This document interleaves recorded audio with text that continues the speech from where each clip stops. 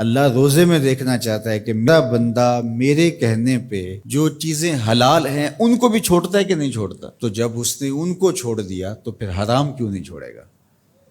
اور جس نے روزے میں حرام بھی نہیں چھوڑا، غیبت بھی نہیں چھوڑی، جھوٹ بھی نہیں چھوڑا، لوگوں کو اذیت دینا بھی نہیں چھوڑا، تلخ رویے بھی ترک نہیں کیے، گالی گلوچ سب و شتم کا مزاج بھی ترک نہیں کیا، لوگوں سے رشوت لینا اور لوگوں کو اذیت دینا بھی ترک نہیں کیا، تو پھر وہ بھوک کاٹ رہا ہے. وہ اللہ کے حکم کی تعمیل نہیں کر رہا ہے، وہ تو کہہ رہا ہے کہ میں تمہارا امتحان لینا چاہتا ہوں، تم حلال بھی چھوڑو گے اور یہ حرام بھی چھوڑنے کے لیے تیار نہیں ہے.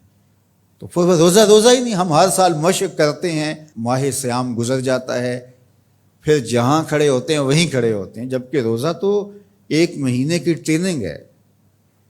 1 مہینے کی ٹریننگ کے بعد ہمارے عیب جھڑ جانے چاہیے، ہمارے گناہ دھل جانے چاہیے، ہمارے اندر کو تقوی کے نور سے مالا مال ہو جانا چاہیے. لیکن ہم نے مشق کی نہیں، ہم کام چور رہے. تو پھر نتیجہ کیا ہوا کہ جہاں کھڑے تھے وہیں رہے. تو روزے کا مقصد اتقاء کو پیدا کرنا ہے، اور ہر وہ کام جو اللہ کی ناراضگی کا ذریعہ ہے اس کو ترک کرنے کا نام تقویٰ ہے.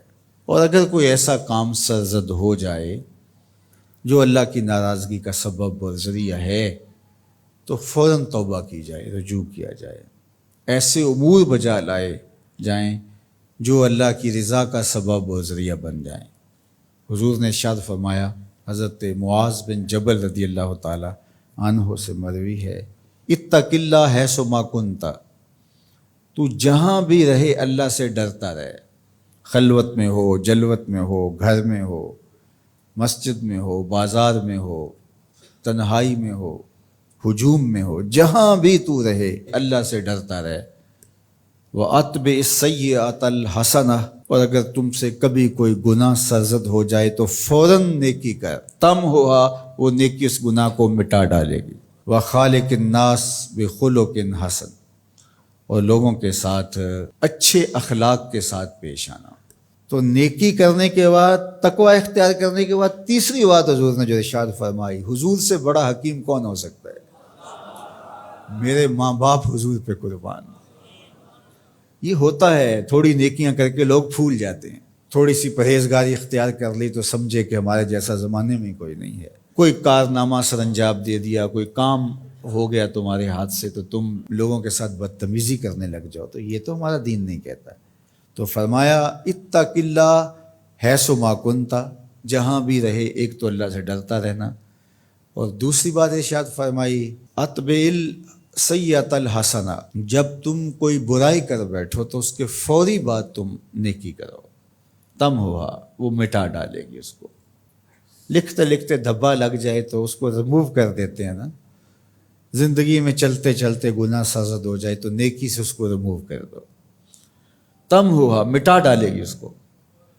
اور پھر تیسری بات فرمائی وَخَالِقِ النَّاسِ بِخُلُقٍ حَسَنٍ، لوگوں سے رویہ اچھا رکھنا، لوگوں کے ساتھ حسن سلوک سے پیش آنا، بدتمیزی کی زندگی نہ گزارنا. قیامت کے دن جب اعمال تولے جائیں گے، سب سے زیادہ وزن جس عمل کا ہوگا وہ حسن خلق ہے، جو پلڑے کو جھکا دے گا.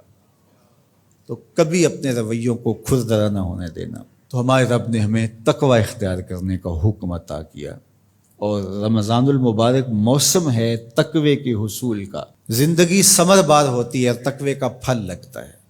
روزہ تقوی کی نشأت کا ذریعہ ہے، روزہ پیدا کرتا ہے اتقاء. لعلکم تتقون اس پہ شاہد عادل ہے. تو اس لیے مجھے اور آپ کو جائزہ لینا پڑے گا کہ ان دنوں کے اندر ہمارے اندر کوئی تقوی پیدا ہوا ہے یا نہیں ہوا.